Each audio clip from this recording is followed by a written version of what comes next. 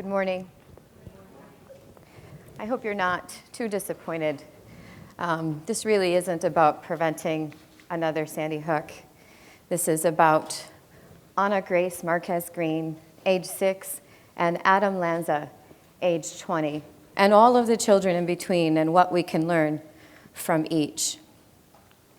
People ask me all the time when I go to present at conferences, does this help? Does this, redeem any of this that you've gone through? And as much as I want to tell people, yeah, that totally makes things better, it really doesn't. Nothing redeems having a family and waking up one day, an unremarkable Friday, putting 2 kids on the bus to school and only getting one back. Nothing redeems that. But what this opportunity does provide is a chance to share with you lessons learned. Lessons that I can share with you both as a clinician, as a marriage and family therapist, as someone who's worked with children and individuals and couples and families for many years who struggling with trauma, struggling with poverty, struggling with many other issues, and also as the mother of a victim, as a victim myself of the Sandy Hook school shooting. Because I know that wherever I go, there are people in the audience who look at me and think, there, but for the grace of God, go I. Adam Lanza, who you see pictured here as a middle schooler, drove to Sandy Hook School and murdered 20 children and 6 educators. And you'll see my daughter there, Anna Grace, when she was 4. Not only did we have to deal with the loss of our daughter, but we have, and he's 11 now, but at that time, an 8-year-old son who was at the school, who survived physically, but who overheard the execution of his sister's life and 19 of her friends. Just journey with me for a moment onto what that might be like. There's nothing that prepares you for this. People also ask me, did your training help you? And no, there is no training that can prepare you for that. As you know, we dealt with many things after the tragedy, but among them was a complete sense of lack of safety and lack of control, which are 2 things, critical things that people struggling with trauma really need. And exacerbating this, terrible feeling of just losing control was this national conversation that was happening outside about, oh my gosh, why did this happen? And what could we do to prevent it? I felt pretty helpless as a clinician and as a mom listening to some of the conversation that was happening, because something happened after Sandy Hook I felt that was incredibly unfortunate. Sandy Hook became the incident that permanently linked, in the eyes of many, mental illness with mass shootings and mass violence, much to the detriment of the millions of people who successfully live in our country with major mental illness diagnoses, and much to the detriment of the millions of people and organizations that were working so hard to reduce stigma about coming out and getting help if you feel like you had a mental illness. And it was just a huge lament in my heart as a mom and a mental health professional as I was watching this go on. Another thing that happened that I felt, really just helpless is the only word I can come up with, is watching this debate in Congress, because when we were coming up with solutions, we could only come up with 2, mental health and gun control. And the way, I'm not saying that those things weren't important to look at, but the way we did it was really just not good. So we've gone to Washington several times, we've met with everyone, and I remember going there the first time 4 months after the shooting. And I thought, this is going to be great. Some of our most intelligent people work here, and some of their brightest minds. Yeah, no. I will, we did all our research, we did all our background meeting with these folks, but apparently they had not background us.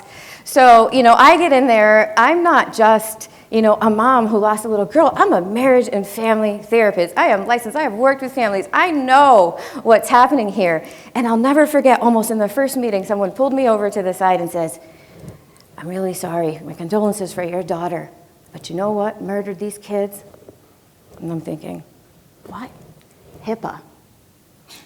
What we need to do is if you go see a shrink on a Friday, by Monday we should have you on a list in your local police department. And everybody should know if you go see a shrink. It's HIPAA that killed your daughter. Now, I'm thinking to myself, that is the dumbest thing I've ever heard in my life. They had not background checked us. They didn't know who we were and that we had backgrounds and skills. And it's not just me. Many of the families knew that we were having, that this was just a terrible, terrible situation. We became very polarized. We worked with the mental health groups who said, and some of the senators that really supported it, who said, you know what, we want to support this. This is a great idea. We want to fund more dollars in these communities for mental health initiatives. But we don't want to do it because that'll let the gun groups off the hook. So we were stuck and we went nowhere.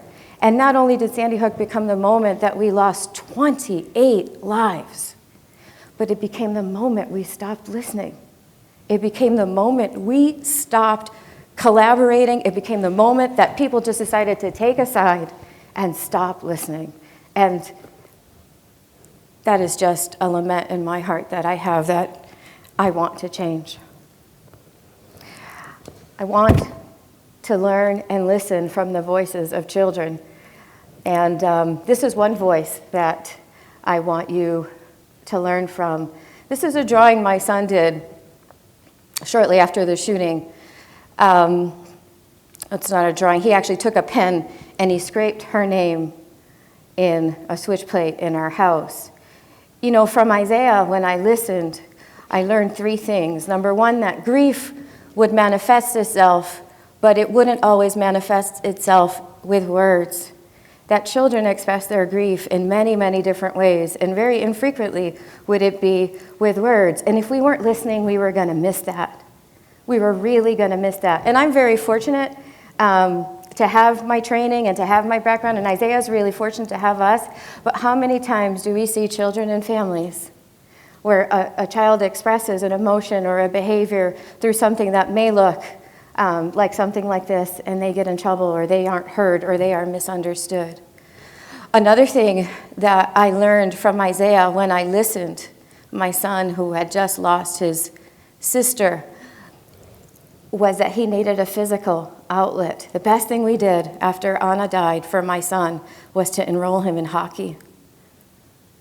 Hockey offered an opportunity, number one, to build community, and number two, for repetitive, rhythmic movement of his body so that he could get some of that grief and trauma out of his system. How many times do we have kids or families that we work with, or we know systems, that the first thing we say to people when they walk in is, sit down. Sit down, when they really should be moving. And the last thing I learned when I was listening to Isaiah was how important it was for him to build community, how important it was for everybody to be working together. His dad and I weren't enough, and we were never going to be enough to walk him through this. We needed his school system on board. We needed the community on board. We need anybody in Isaiah's life. We needed them to be trauma-informed. And you know what? You don't have to be a therapist to be therapeutic. We needed everyone on board to care for him. And that's what I learned from Isaiah. This is actually really interesting. Every child who was murdered in Sandy Hook received an offer to build a memorial playground. Actually, the educators too. So we decided to build Anna's playground in Hartford, Connecticut. And if you know anything about Hartford, it's our capital city. It's about, I think the percent of residents that live at poverty is pretty high, maybe in the 80s. And many children die here from gun violence and other types of violence that don't get playgrounds, that don't get trauma teams, that don't really get anything. And something interesting happened after the playground was built. As you can see, there's some graffiti on it. And I didn't even know that this had happened. I started getting phone calls at my house. And the phone calls were from reporters saying, what do you think we should do to the person who graffitied your daughter's playground? Should we send them to jail? Should we make them pay? And, I didn't know what was going on, so I quickly Googled, and I saw there was graffiti, and that made me a bit upset. But if you look, I don't know if you can see it, it says, peace to Sandy Hook. Peace to Sandy Hook. Someone in the community from where we decided to put Anna's playground was wishing us peace. Now, do I wish they'd graffitied the playground? Absolutely not. But I was able to see the message of condolence in it, and I was able to recognize that we have thousands and thousands of kids that live in communities where we're not working in trauma-informed ways. We see behavior and we automatically say, punitive punishment. Punitive punishment. And as mental health professionals, if we're not thinking about social justice, I'm sorry, we're missing the boat. Because this kid deserved to be heard and have a community that wasn't necessarily, and I get it, reporters are, kind of strange, and they always want to make a story out of a non-story. But what I said when they called me was, what a great opportunity. Do you think you could help me with your interview to raise money for a graffiti board on the playground so that if people want to live or leave messages of condolence, we can have it maybe on some kind of separate platform so that they could leave the playground sacred? And nobody wanted to put me on the air to say that, because they wanted the Sandy Hook mom to go out and say, these people, this community, and I wasn't going to buy into that. It is incredibly important for us to recognize that our level of compassion and empathy and care should not be limited by zip code.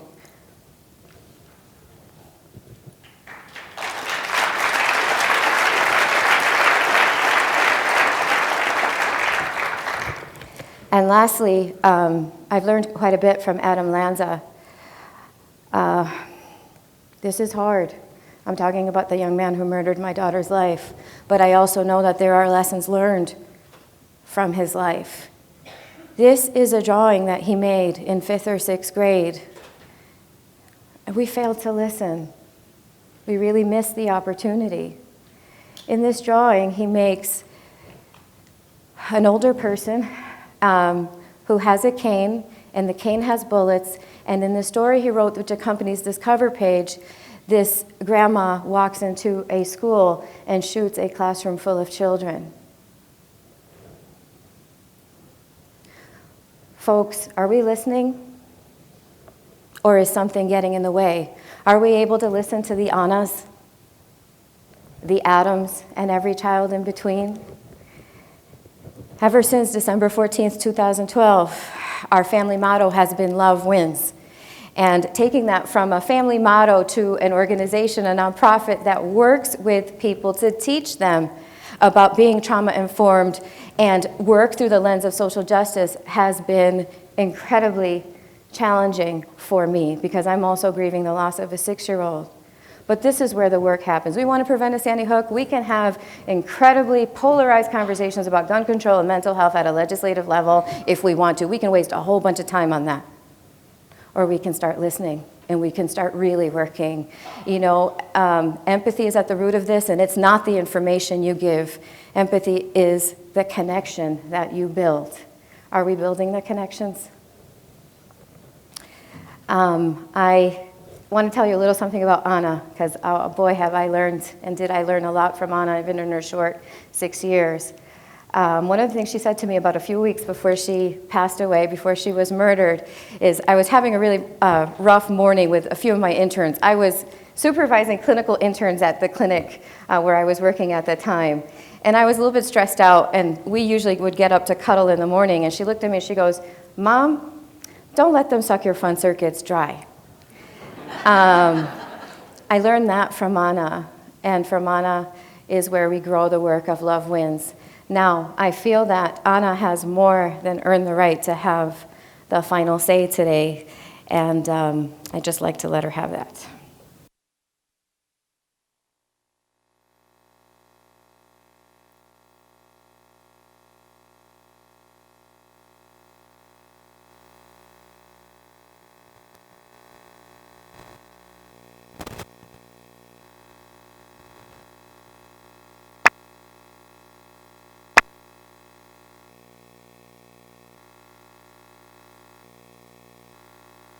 Hi! What's your name? How old are you today? 4. You're 4? Yeah. No. How old are you? 3, 2, 1. Oh my goodness. And Anna, what's your favorite color? Red. Red? Wow.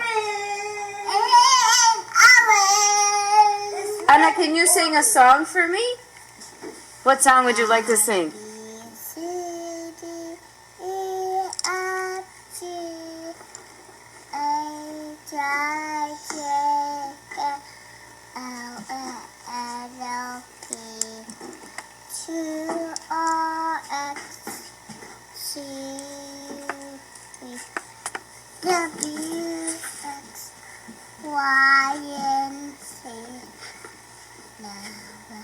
Know my ABCs.